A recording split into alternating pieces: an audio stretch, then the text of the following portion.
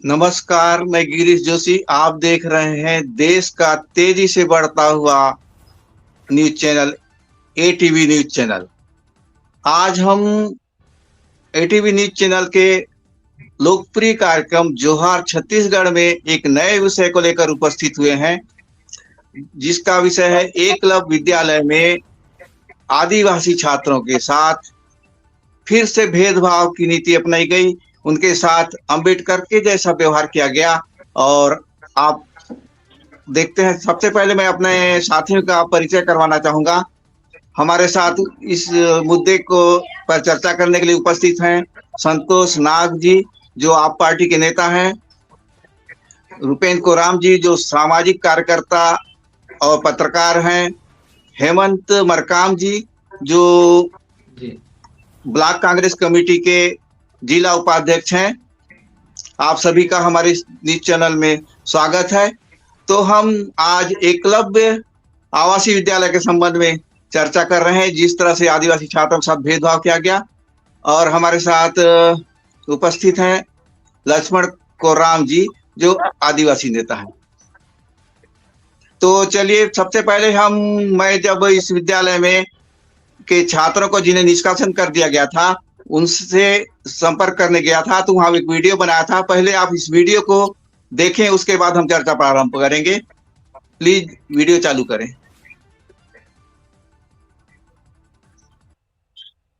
माकड़ी block के ग्राम मगेदा में यहाँ पर दो छात्रों के साथ विद्यालय के शिक्षकों द्वारा कुछ गलती बताकर उन्हें स्कूल से निकाला गया है। हम सीधे उनके पिताजी से बात करते हैं, देखते हैं उनके पिताजी क्या करते हैं। ये बच्चे कौन से स्कूल में पढ़ रहे थे? शामपुर एकलव्य। शामपुर एकलव्य जी। तो क्लास उसके बाद क्या घटना हुई? उसके बाद मेरे को ये नहीं तो उन लोग कॉल करके बुलाए। बुलाने कब की घटना है? बुलाए कॉल करके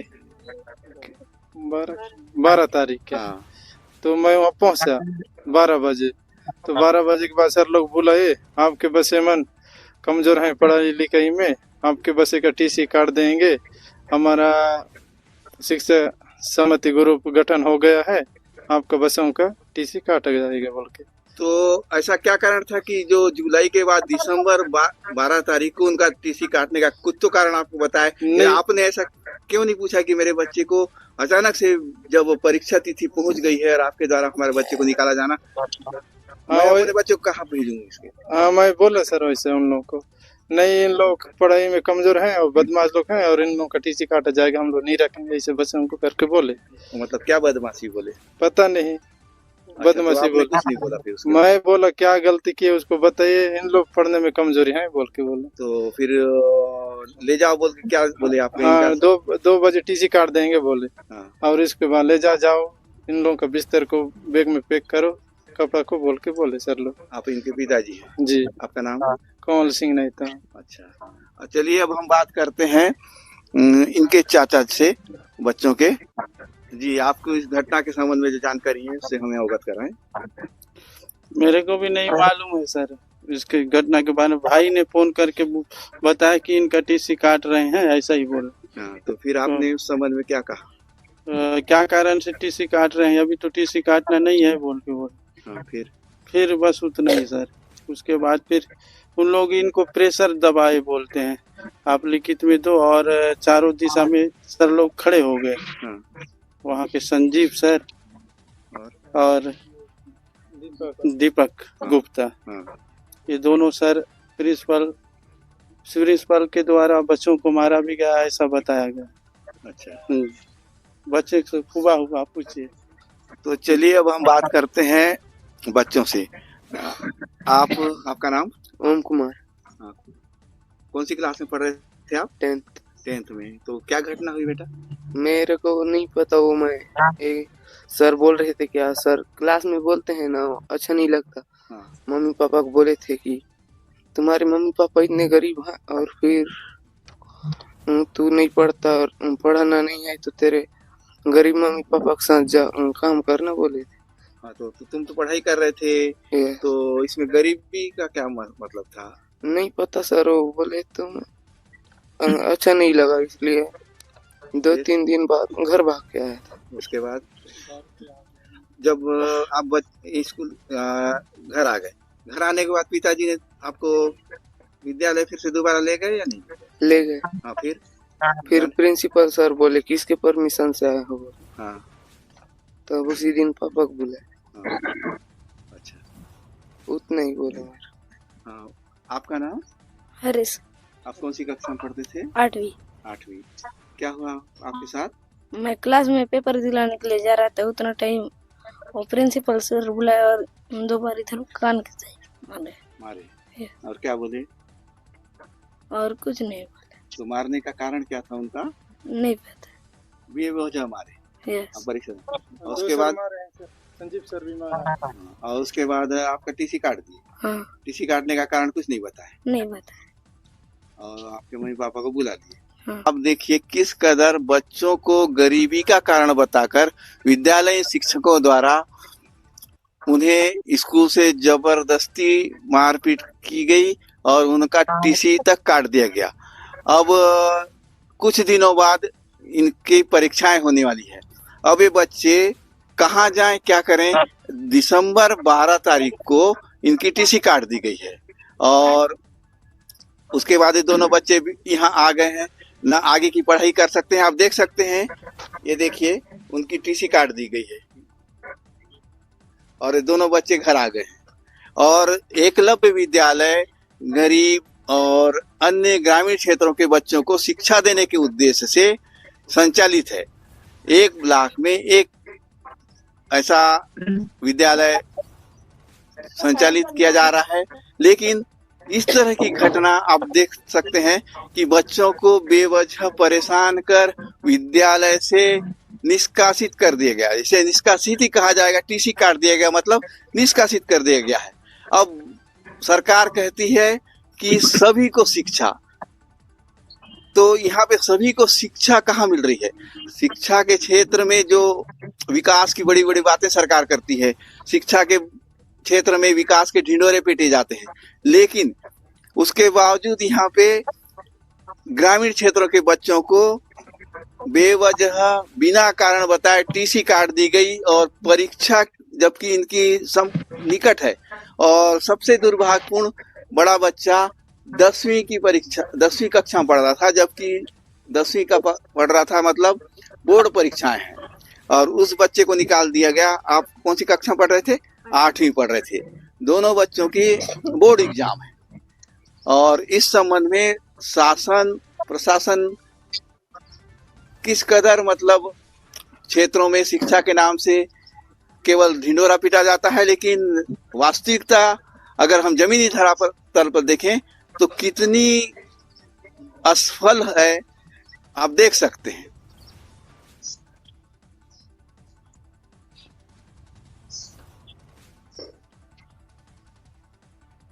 तो ये वीडियो देखा आपने, आप देख सकते हैं यह एकलव्य आवासीय विद्यालय जो है भारत सरकार द्वारा संचालित है और इसका मुख्य उद्देश्य है शिक्षा के स्तर को सुधारना और आदिवासी छात्रों को गुणवत्तापूर्ण शिक्षा प्रदान करना। और यह विद्यालय शिक्षा की सुविधाएं जिन क्षेत्रों में कम है, जहां इसका संचालन वहां उन क्षेत्रों में इसका संचालन किया जाता है, लेकिन इससे गुणवत्ता शिक्षा प्राप्त जी आ रही है, जिससे गुणवत्तापूर्ण शिक्षा प्राप्त हो सके। लेकिन यह स्थिति ठीक इसके विपरीत है। तो उन्हीं आदिवासी क्षेत्रों बच्चों के विकास की बात करने के लिए विद्यालय स्थापित किया जा रहा है और उन्हीं आदिवासी बच्चों को विद्यालय से उनकी गरीबी का हवाला देकर निष्कासित भी किया जा रहा है। तो इस संबंध में सबसे पहले मैं हमारे समाज सेवी पत्रकार साथी रुपेंद्र को राम के पास जाऊंगा, उनसे जानना चाहूंगा। जी डिबेट शुरू होने से पहले एक बहुत जरूरी जो बात है जो दर्शकों तक भी पहुंचानी है और छत्तीसगढ़ सरकार तक भी पहुंचानी है। हालांकि आज भाजपा के एक प्रवक्ता को जुड़ना था, लेकिन उनके पास समय नहीं होने के कारण वो जुड़ नहीं पाए, लेकिन नेक्स्ट डिबेट में जो है वो जरूर उपस्थित रहेंगे। जितने भी पैनल पर सभी लोग आए हैं, बहुत ही गंभीर विषय है। गंभीर विषय इसलिए नहीं है कि बच्चे को निकाला गया ये पहला मामला है या फिर ये आखिरी मामला है। ऐसे मामले तमाम पहले भी आए हैं, बाद में भी आते रहेंगे। लेकिन जहां डॉक्टर अंबेडकर के नाम पर जो ढिंढोरा पीटा जा रहा है कि उनका अपमान हुआ है, सही मायनों में तो अपमान आज हुआ है, क्योंकि डॉक्टर अंबेडकर का ही अपमान है। एकलव्य नाम रखा है तो एकलव्य जैसी चीजें भी विद्यालय में दिखा रहे हैं। गलतियां उनकी नहीं है, वो तो कह रहे हैं कि अंगूठा काट करके ही भेजेंगे, आपको शिक्षा का कोई अधिकार नहीं है। जो एकलव्य के साथ हुआ था, हम उसी आधार पर तो आदिवासियों के साथ भेदभाव कर रहे हैं। हम गलत कहाँ कर रहे हैं? गलत कर रहे होते तो अब तक सलाखों के पीछे होते, FIR दर्ज हो चुकी होती और ऐसे अध्यापकों की नौकरी जा चुकी होती। ऐसे अध्यापक इस समाज के लिए कलंक है, उनकी जातीय जनगणना भी होनी चाहिए। ऐसे लोगों की, ऐसे लोग जातियों पर भी कलंक हैं। ऐसे लोग ही समाज में नफरत पैदा करते हैं। ये सवाल करते हैं कि आपका बच्चा अभिमन्यु क्यों नहीं हुआ, एकलव्य क्यों हुआ, क्यों उसको पढ़ना है? पेट से सीख के आए ना, हम पढ़ाने के लिए थोड़ी बैठे हैं। हम तो पढ़ लिख करके फीस जो पा रहे हैं, जो हम वेतन पा रहे हैं, वो तो वेतन हमारी काबिलियत की वजह से मिल रहा है। लेकिन हम इनको क्यों पढ़ाएं? हमने खुद पढ़ लिख करके नौकरी हासिल की है अपनी काबिलियत की वजह से। हम अध्यापक हैं, इनके नौकर नहीं है। आजकल पढ़ाया जाना केवल पैसा और धंधा माना जाता है। उनको लगता है कि हम धंधे पर बैठे हैं, और ये धंधा जो है हम तभी चलाएंगे जब आपके पास पैसा होगा, और पैसा तो कमाई होगी नहीं एकलव्य विद्यालय से। तो धंधे पर बैठे हुए लोगों को ये समझना पड़ेगा कि भाई, आप जिन संस्थानों में बैठे हो उनमें जिम्मेदारियां हैं। आप कोठा नहीं चला रहे हो कि धंधे पर बैठ करके आप दलाली करेंगे और धंधा आप चलाएंगे। ये विद्यालय है, विद्या का मंदिर है। यहाँ पर जो आदिवासियों के लिए जो कहा जाता है कि अंतिम पंक्ति में भी बैठा हुआ व्यक्ति और अंतिम छात्र को भी, अंतिम बच्चे को भी एजुकेशन मिलनी चाहिए। बच्चे तो भगवान का रूप होते हैं, कारण कितना भी बड़ा ही क्यों ना हो, निकाला नहीं जाना चाहिए बच्चे को। और कोई कारण ही नहीं है, यहाँ बिना कारण ही निकाला जा रहा है। यहाँ तो अब ये ऐसा लग रहा है कि महाभारत में केवल एक द्रोणाचार्य हुए थे, उनके तमाम जो है चीजें दी जाती हैं कि इसके लिए। लेकिन आज जो उदाहरण प्रस्तुत हो रहे हैं उनसे लेकर के इससे भयानक और क्या हो सकता है? और इतना भयानक कि बच्चों का भविष्य बर्बाद करके रख दिया है। इस पर कोई आंदोलन न तो आदिवासी समाज का होगा और ना ही किसी पार्टी का होगा। पार्टी के संज्ञान में आएगा न तो स्टेट लेवल की PC की जाएगी, क्योंकि मजा नहीं आ रहा है, वोट नहीं है हमारा, ये देखा जाएगा। एजुकेशन और स्वास्थ्य से खिलवाड़ हो रहा है। विपक्ष अपनी जिम्मेदारी और अपनी भूमिका भूल रहा है। न तो इस पर उनके आंदोलन होंगे, ना आमरण अनशन किया जाएगा। क्या आमरण अनशन इस बात को लेकर के नहीं हो जाना चाहिए, जिस चीज को ये कहा जाता है, क्या आमरण अनशन इस चीज को लेकर के नहीं होना चाहिए कि अगर बच्चों का भविष्य दांव पर लगेगा, भारत का जो भविष्य है उसका भविष्य ही दांव पर लगा दिया। अंबेडकर का अपमान क्या इसे नहीं माना जाए कि आज भी वही चीज जारी है, उनके साथ वो भेदभाव जारी है। और आवश्यकता है कि अब आदिवासियों के साथ हर वर्ग के समाज के लोगों को उठ करके आना चाहिए। जो भेदभाव पहले हुआ था उसको आज साफ करना होगा, क्लैरिटी करनी होगी। एजुकेशन में सबको समान अधिकार है। जो गरीब हैं उनको भी पढ़ना है, पढ़ाना है और उनके लिए लड़ना है। ताकि आप आरक्षण हटाने की तो बात कर रहे हैं, कैसे आरक्षण हटे? कैसे आप विरोधी आरक्षण के होते जा रहे हैं? आप कहते हैं कि 48 नंबर वाला 33 नंबर वाले से 98 नंबर ज्यादा है। ठीक है, मानता हूं, मैं भी ब्राह्मण समाज से आता हूं और मैं मानता हूं कि 98 नंबर वाला ही बहुत काबिल जो है वो है और काबिलियत रखता है इस बात की नौकरी के लिए उसको ही प्राथमिकता मिलनी चाहिए। लेकिन आरक्षण वाला, मैं ये मानता हूं आज की आरक्षण की क्यों आवश्यकता है, क्यों बाबा साहब ने बनाया होगा? इसीलिए बनाया कि ये बच्चे, इनका क्या होगा, इनके भविष्य का क्या होगा। ये तो कहीं झाड़ू पोछा लगाने तक के लिए नहीं रखे जाएंगे, विद्यालय से ही सीधे भगा दिए गए। अब ये आगे जाकर के अगर कहीं अपराधी बन जाएं तो इसके लिए जिम्मेदार कौन है? हम हमेशा कहते हैं अपराधी बनाने के लिए पुलिस जिम्मेदार है, प्रशासन जिम्मेदार है, सरकार जिम्मेदार है, राजनेता जिम्मेदार है, मीडिया जिम्मेदार है। लेकिन क्या ये नहीं माना जाए कि एक गुरु भी जिम्मेदार है एक बच्चे को अपराधी बनाने के लिए? इन बच्चों को अनुशासन सिखाना, शिष्टाचार सिखाना, संयम सिखाना और पढ़ाना, ये जिम्मेदारी एक शिक्षक की है।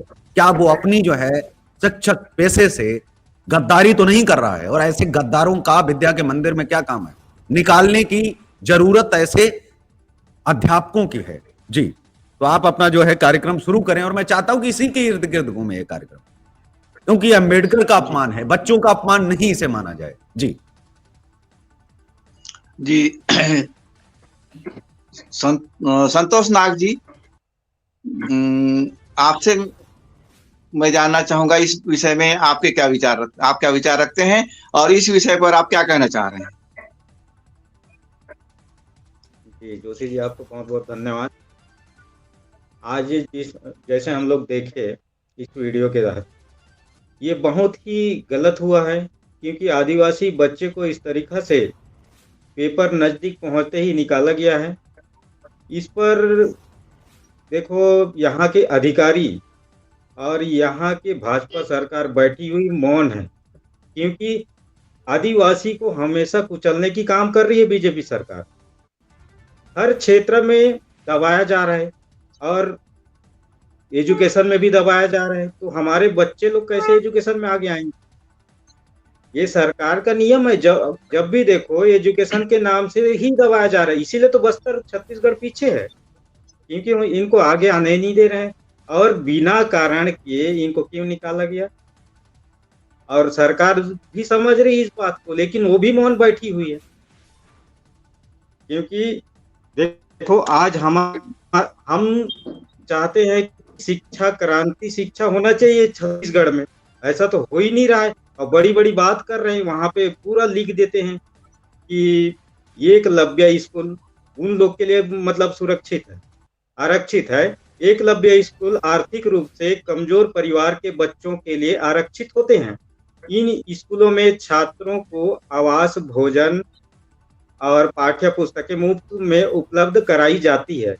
साथ ही साथ इन स्कूलों में छात्रों के लिए खेलकूद, सांस्कृतिक गतिविधियां और कैरियर मार्गदर्शन के कार्यक्रम का आयोजित किए जाते हैं। विद्यालय में 6वीं से 12वीं तक की होती है, लेकिन आदिवासी को इन लोग बार बार घिनौना तरीका से कर रहे हैं। यहाँ सरकार कुचल रही, आदिवासी को आगे आने नहीं दे रही। इस पर हम कड़ी निंदा करते हैं।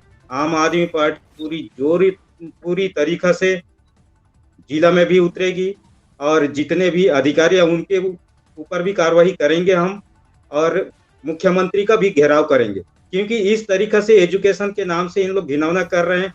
हम चाहते हैं एजुकेशन अच्छे मिले हमारे बच्चे को, तभी तो हमारे छत्तीसगढ़ आगे निकलेगी।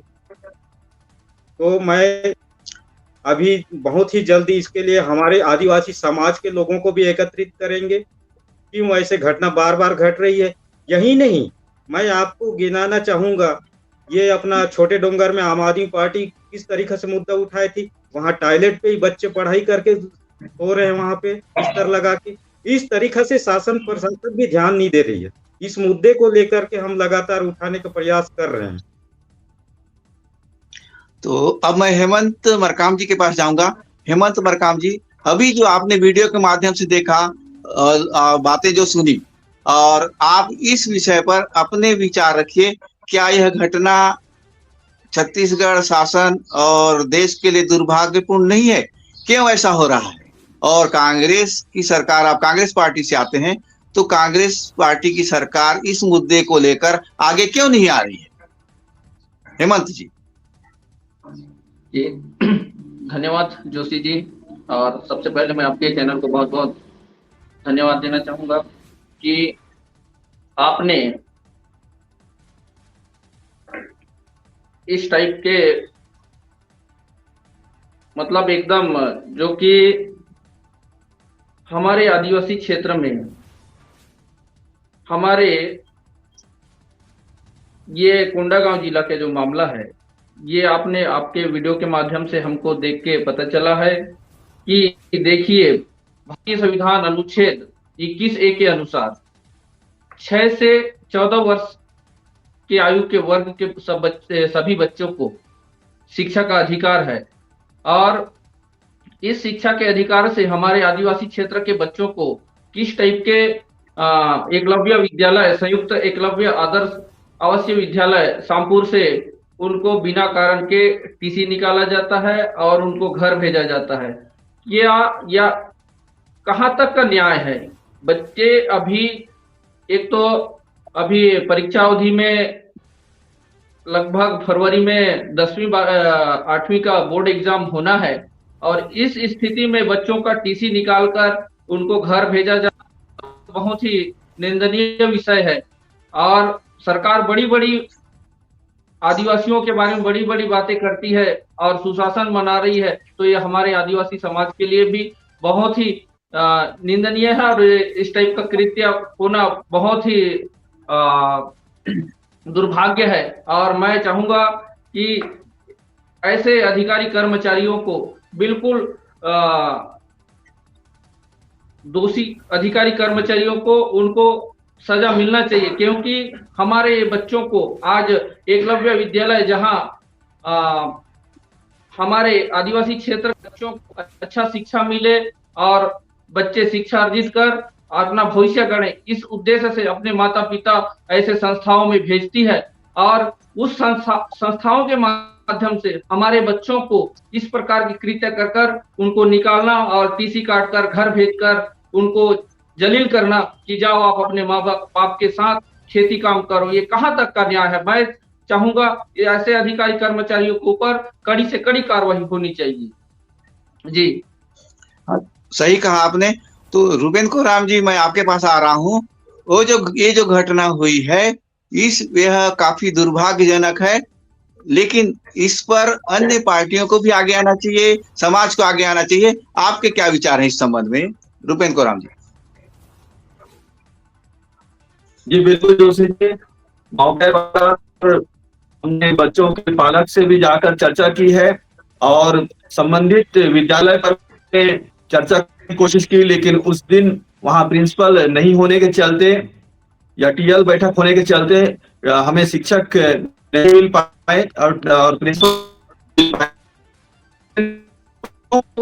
परीक्षा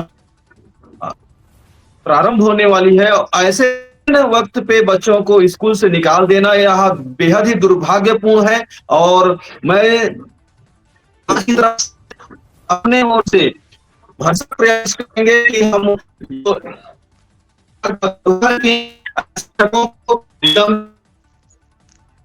पर और मैं आपको जानकारी दिला दूं कि आवासीय विद्यालय जो है हमारे आदिवासी दूरांचल के बच्चों के बेहतर शिक्षकीय विकास के खोले जाते हैं। एकलव्य जैसा, अम्बेडकर जैसा दुर्भाग्य होता है जो कि बेहद ही निंदनीय है, इसकी मैं घोर निंदा करता हूं। और यह भी कहना चाहूंगा कि एकलव्य जो कि विद्यालय सामपुर के नाम से कोंडागांव में संचालित है, ठीक उसी प्रकार से ग्राम पंचायत बेड़मा के नाम से केसकाल में संचालित हो रहा है, जहां पर कई ऐसे स्थिति दिनों दिन उत्पन्न होती जा रही है जो कि हम आदिवासियों के लिए, क्षेत्रवासियों के लिए उचित नहीं है। और ऐसे जो लोग हैं जो हमारे ऊपर निरंतर हमें प्रताड़ित करने का, हम सदियों से प्रताड़ित होते आ रहे हैं और आज भी संवैधानिक जीवन जीते हुए भी आज भी हम प्रताड़ित हैं। ये इसके लिए हम और हमारे समाज आक्रोशित है और हम जल्द से जल्द बड़ी संख्या में आंदोलन करने के लिए भी बाध्य होंगे। सरकार जो सुशासन का 1 वर्ष बताती है छत्तीसगढ़ सरकार, लेकिन सुशासन क्या इस प्रकार से जो है सुशासन का खेल खेला जा रहा है सरकार के द्वारा। और आप देखेंगे यही नहीं, कई ऐसे स्कूल हैं जहां पर बच्चे आपको रसोई में खाना बनाते नजर आएंगे, बर्तन साफ करते नजर आएंगे, जिसका वीडियो फुटेज मेरे पास है और बहुत जल्द आपके एटीवी न्यूज के माध्यम से हम भी उसे और उजागर करेंगे। और मैं आपके एटीवी न्यूज के माध्यम से कहना चाहूंगा कि हम अब इस तरह का बर्ताव नहीं सहेंगे और इसके लिए हमें सड़क की लड़ाई लड़नी होगी और हम उसके लिए सक्षम हैं। तो धन्यवाद रूपेन जी। मैं अब आदिवासी समाज के जो नेता हैं लक्ष्मण मरकाम जी के पास जा रहा हूँ। लक्ष्मण मरकाम जी से मैं पूछना चाहता हूँ, जो विद्यालयों में इस प्रकार की जो घटनाएं हो रही है और समाज के द्वारा इस संबंध में जानकारी देने के बावजूद समाज की ओर से भी कोई प्रतिक्रिया नहीं आती, किसी पार्टी के द्वारा किसी प्रकार की प्रतिक्रिया नहीं आती, तो आप सामाजिक नेता हैं, तो इस संबंध में आपने अब तक क्या किया और आगे आपकी क्या योजना है? जी लक्ष्मण जी। जी जोशी भैया को बहुत धन्यवाद, जय जोहार। जी इस मामले को लेकर मैं समाज हमारे पदाधिकारी से चर्चा किया, जिसमें अभी तक पूर्ण रूप से जानकारी नहीं मिला है। आपके माध्यम से मुझे ये जानकारी मिला है कि हमारे आदिवासी बच्चों के साथ इस प्रकार की कृत्य हुआ है, और ये जो कृत्य हुआ है जो बिजधार में हुआ है, अब जाएं तो जाएं, वो बच्चे कहाँ जाएं। हम इधर समाज के लोग, हमें खुशी होता है कि एकलव्य, प्रयास और नवोदय में जो सिलेक्शन होते हैं उन बच्चों का हम इधर सम्मान भी करते हैं समाज की तरफ से कि हमारे बच्चे अच्छे स्कूल में जा रहे हैं, सिलेक्शन हो रहे हैं, अच्छा अध्ययन करेंगे, अच्छा पढ़ाई करेंगे।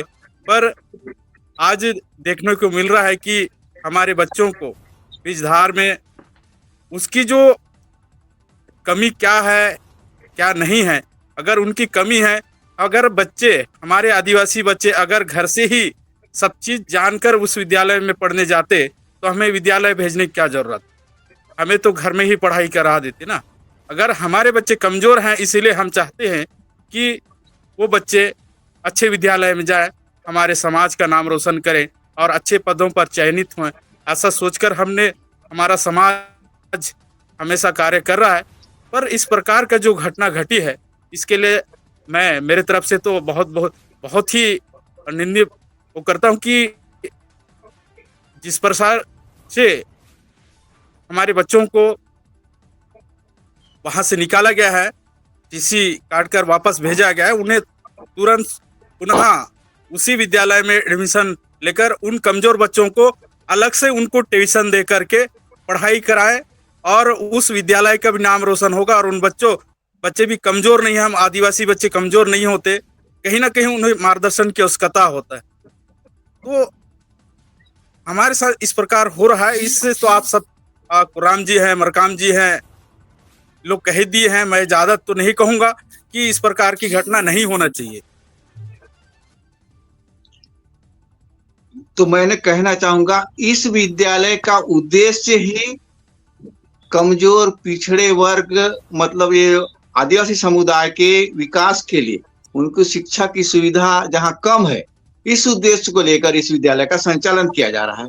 और यहाँ पे गुणवत्तापूर्ण शिक्षा देकर बच्चे आगे बढ़ें और उनका समुदाय के विकास में भी योगदान हो, आदिवासी समुदाय को अपने अधिकारों और सुविधाओं के बारे में जानकारी हो, इस उद्देश्य को लेकर यह विद्यालय संचालित है। लेकिन और इस विद्यालय में प्रवेश पूर्व चयन प्रक्रिया अपनाई जाती है, जिसके आधार पर ही चयन होता है। तो इसका मतलब है जो छात्र यहाँ पे चयनित होकर जाते हैं वो कहीं ना कहीं योग्यता रखते हैं, पढ़ाई में आगे रहते हैं। इसी उद्देश्य को लेकर यह सब चीज हो रहा है। लेकिन वहां पे अब मैं आपको एक और वीडियो दिखाना चाहूंगा, वहां पे सुरक्षा की व्यवस्था को लेकर किस तरह का व्यवस्था है, मैं चाहूंगा वीडियो दिखाया जाए।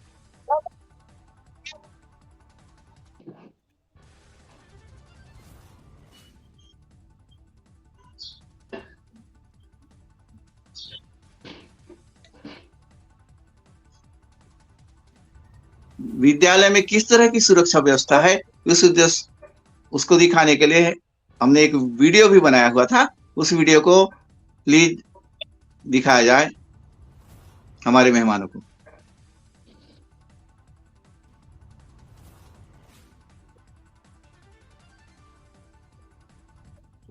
कुछ तकनीकी वजह से शायद वीडियो नहीं दिख पा रहा है, तो आज के इस विषय को आज हम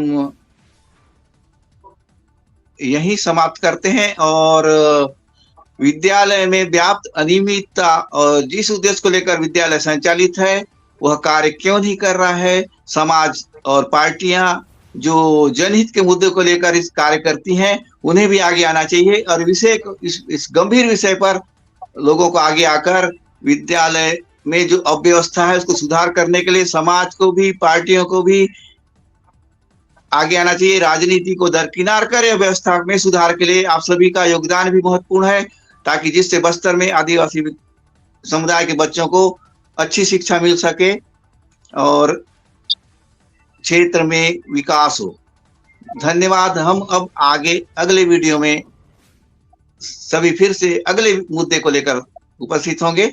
धन्यवाद आप सभी का।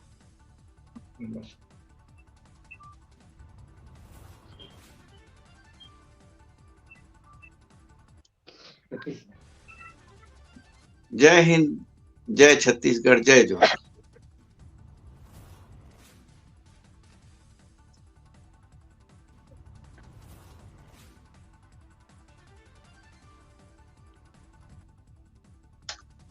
तो